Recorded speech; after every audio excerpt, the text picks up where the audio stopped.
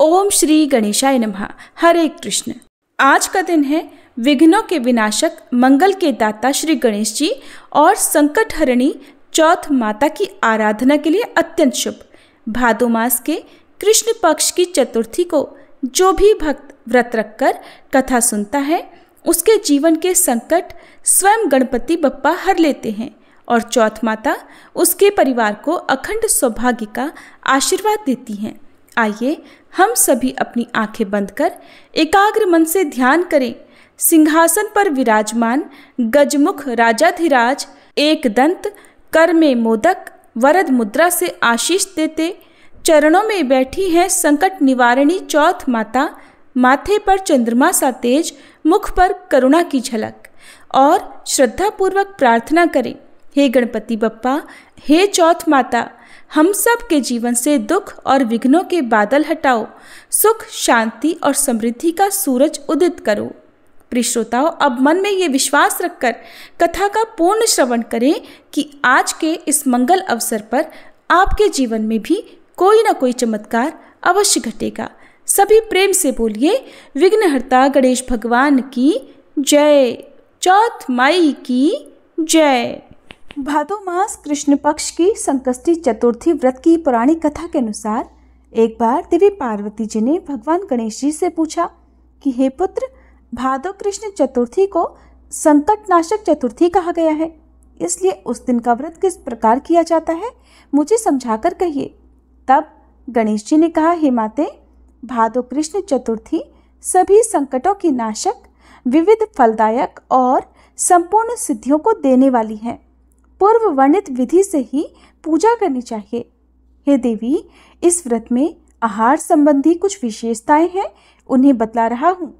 श्री कृष्ण जी कहते हैं कि हे युधिष्ठिर, पुत्र की ऐसी बातें सुनकर देवी पार्वती जी ने उनसे पूछा कि आहार और पूजन में क्या विशेषताएं हैं, उसे कहिए। तब गणेश जी ने कहा कि गुरु द्वारा वर्णित प्रणाली से इस दिन भक्तिभाव से पूजन करें।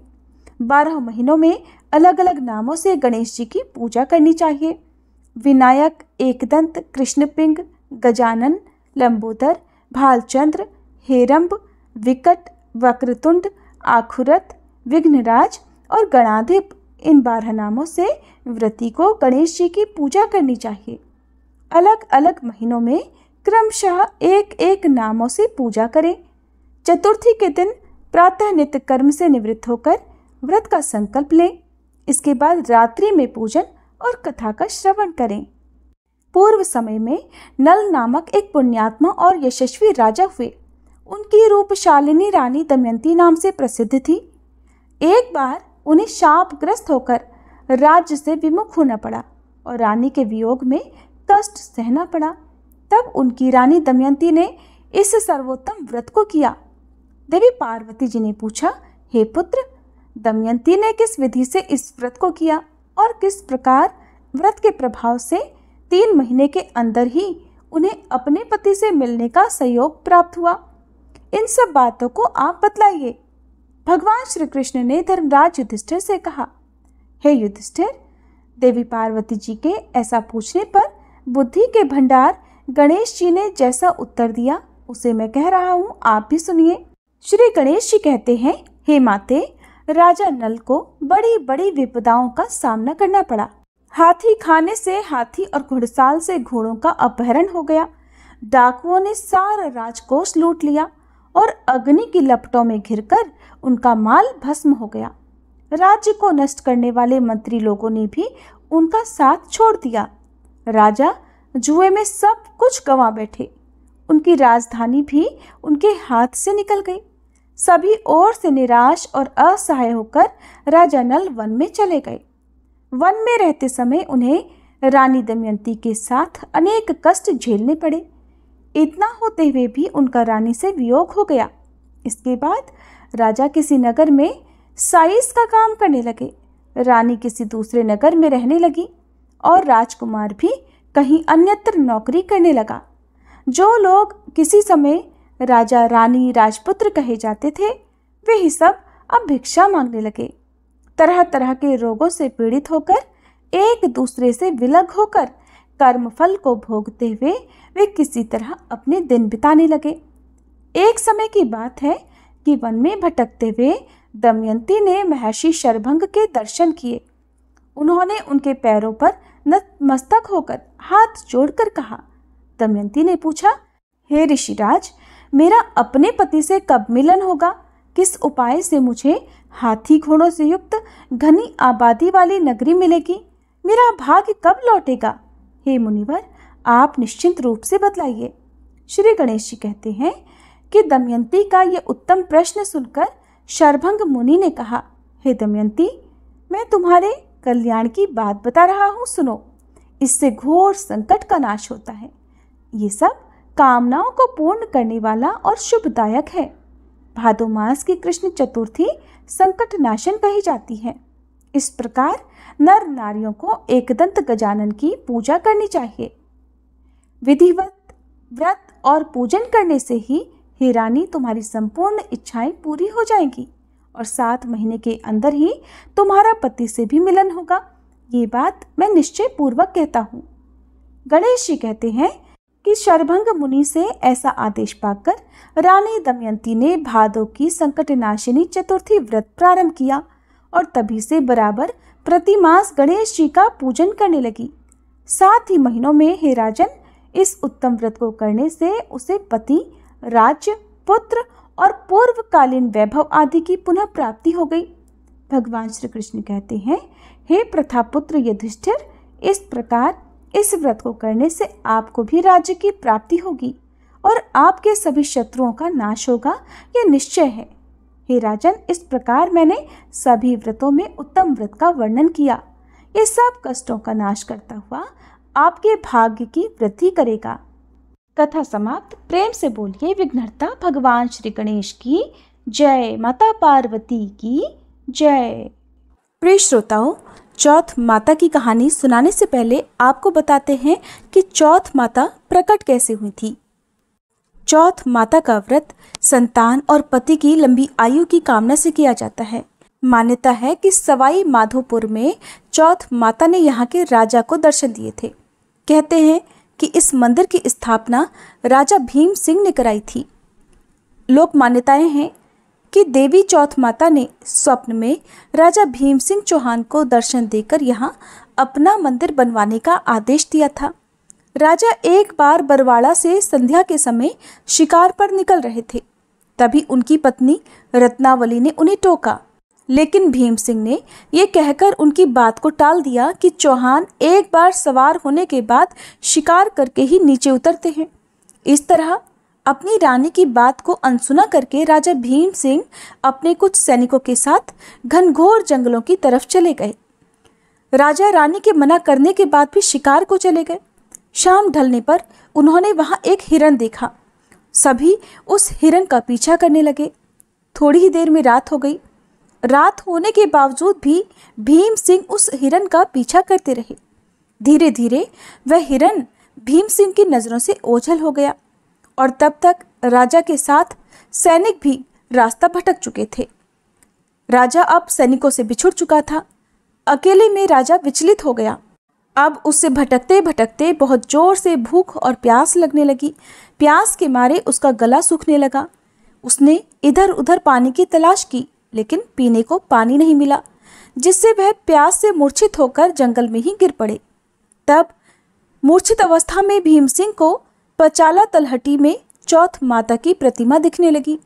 कुछ देर के बाद उन्होंने देखा कि भयंकर बारिश होने लगी और बिजली कड़कड़ाने लगी। मूर्छा टूटने पर राजा को अपने चारों तरफ पानी ही पानी नजर आया। घनघोर जंगल में कोई भी नहीं था। तभी ये चमत्कार हुआ कि वहां पर पानी आ गया। राजा ने पहले पानी पिया, फिर वहीं अंधकार भरी रात में एक दिव्य और कांतिवान बालिका पर उनकी नजर पड़ी। वह कन्या उस समय खेल रही थी। राजा ने उस कन्या को इस भीषण वन में देखा तो पूछा कि बालिके, तुम इस जंगल में अकेली क्या कर रही हो? तुम्हारे माँ बाप कहाँ पर हैं? कन्या ने तोतली वाणी में कहा, हे राजन, तुम ये बताओ कि तुम्हारी प्यास बुझी या नहीं। ऐसा कहकर वह कन्या अपने असली देवी रूप में आ गई। तब राजा उनके चरणों में गिर पड़ा और कहने लगा, हे आदिशक्ति महामाया, मुझे आपसे कुछ नहीं चाहिए।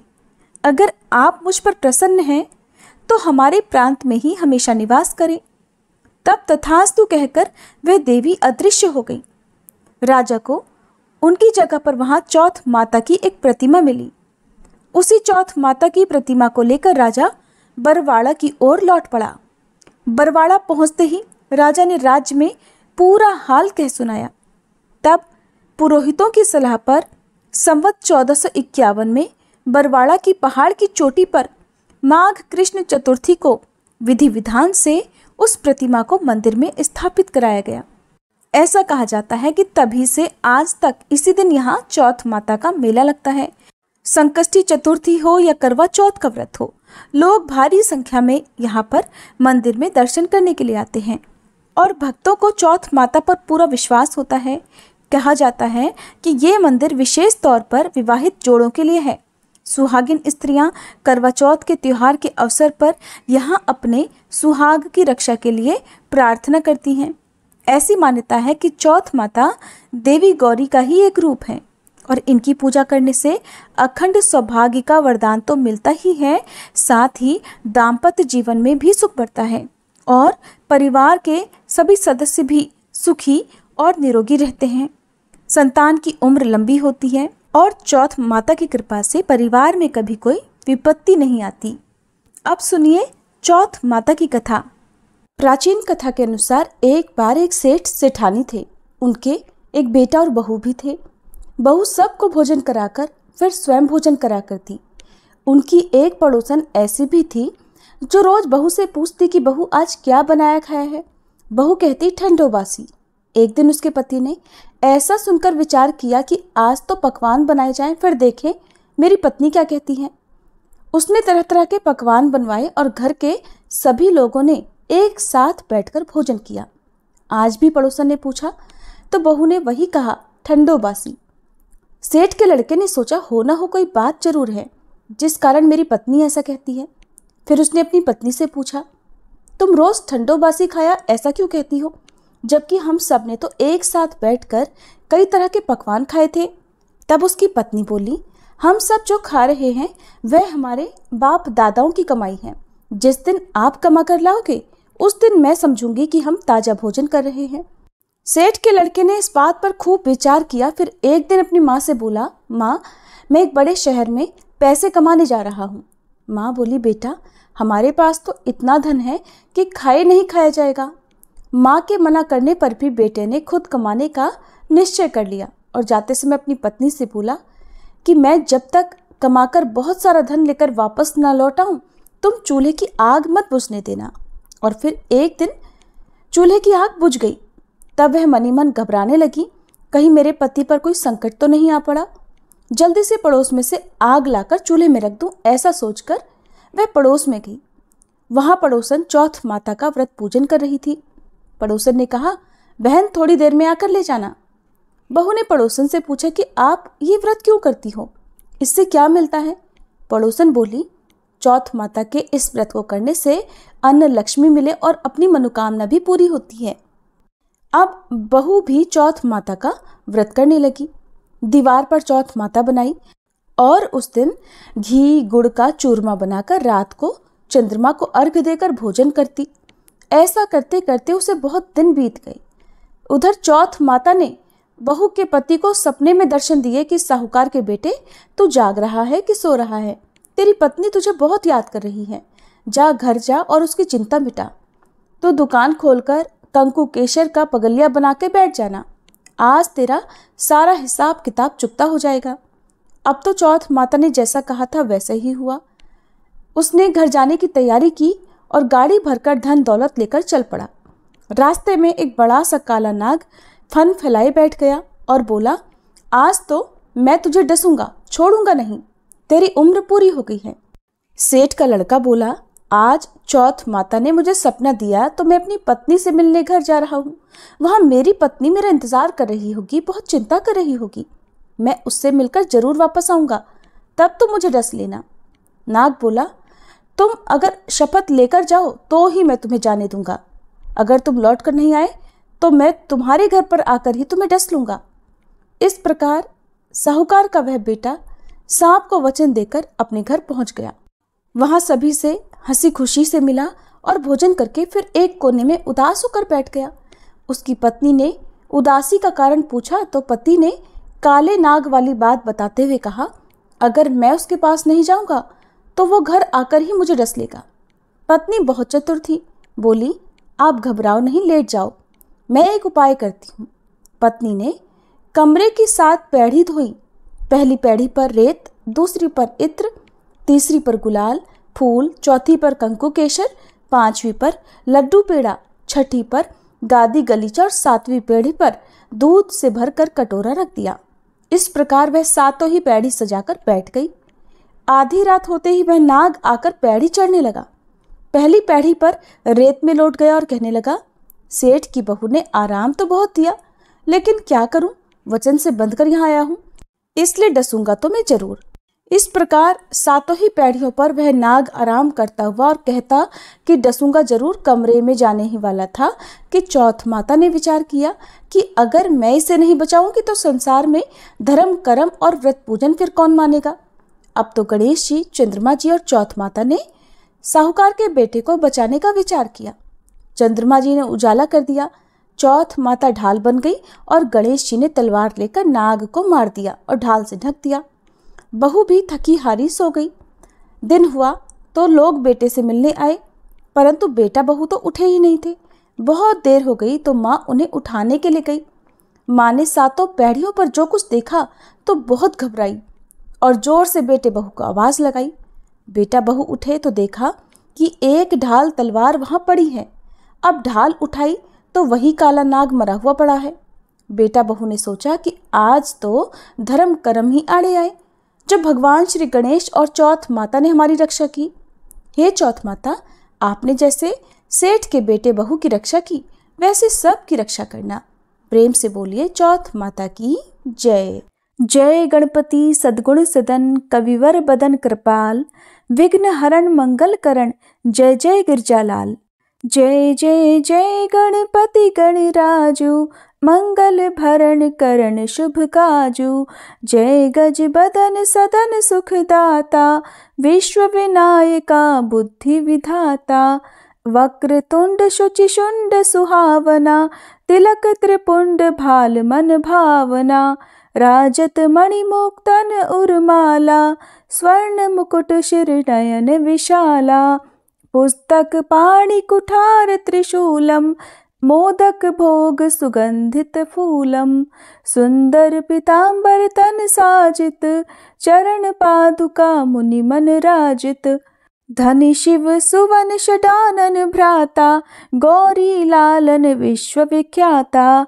रिद्धि सिद्धि तन चवर सुधारे, मूषक वाहन सोहत द्वारे। कहो जन्म शुभ कथा तुम्हारी, अति शुचि पावन मंगलकारी। एक समय गिरिराज कुमारी, पुत्र हेतु तप कीन्हा भारी। भयो यज्ञ जब पूर्ण अनुपा, तब पहुँचो तुम धरि द्विज रूपा। अतिथि जानिके गौरी सुखारी, बहुविधि सेवा करी तुम्हारी। अति प्रसन्न हवे तुम वर दीन्हा, मातु पुत्र हित जो तप कीन्हा।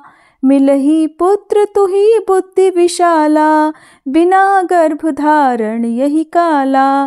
गणनायक गुण ज्ञान निधाना, पूजित प्रथम रूप भगवाना। अस कही अंतर ध्यान रूप हवे, पालना पर बालक स्वरूप हवे। बनि शिशु रुदन जबहि तुम ठाना, लखि मुख सुख नहीं गौरी समाना। सकल मगन सुख मंगल गावही, नाभते सुरन सुमन वर्षावही। शंभु उमा बहुदान लुटावही, सुर मुनि जन सुत देखन आवही। लखि अति आनंद मंगल साजा, देखन भी आए शनि राजा। निज अवगुण गुण शनि मन माही, बालक देखन चाहत नाही। गिरजा कछु मन भेद बढ़ायो, उत्सव मोर न शनि तुहि भायो। कहत लगे शनि मन सकुचाई, का करी हो शिशु मोहि दिखाई। नहीं विश्वास उमा उर भयहु, शनि सो बालक देखन कहयु, पद तहि शनि दृग कोण प्रकाशा। बालक सिर उड़ि गयो आकाशा, गिरिजा गिरि विकल हवे धरणी। सो दुख दशा गयो नहीं वरणी, हाहाकार मच्चो कैलाशा। शनि की नहीं लखि सुत को नाशा, तुरत गरुड़ चढ़ी विष्णु सिधायो। काटी चक्र सो गज सिर लायो, बालक के धड़ ऊपर धार्यो। प्राण मंत्र पढ़ि शंकर डार्यो, नाम गणेश शंभु तब कीन्हे। प्रथम पूज्य बुद्धि निधि वर दीन्हे, बुद्धि परीक्षा जब शिव कीन्हा।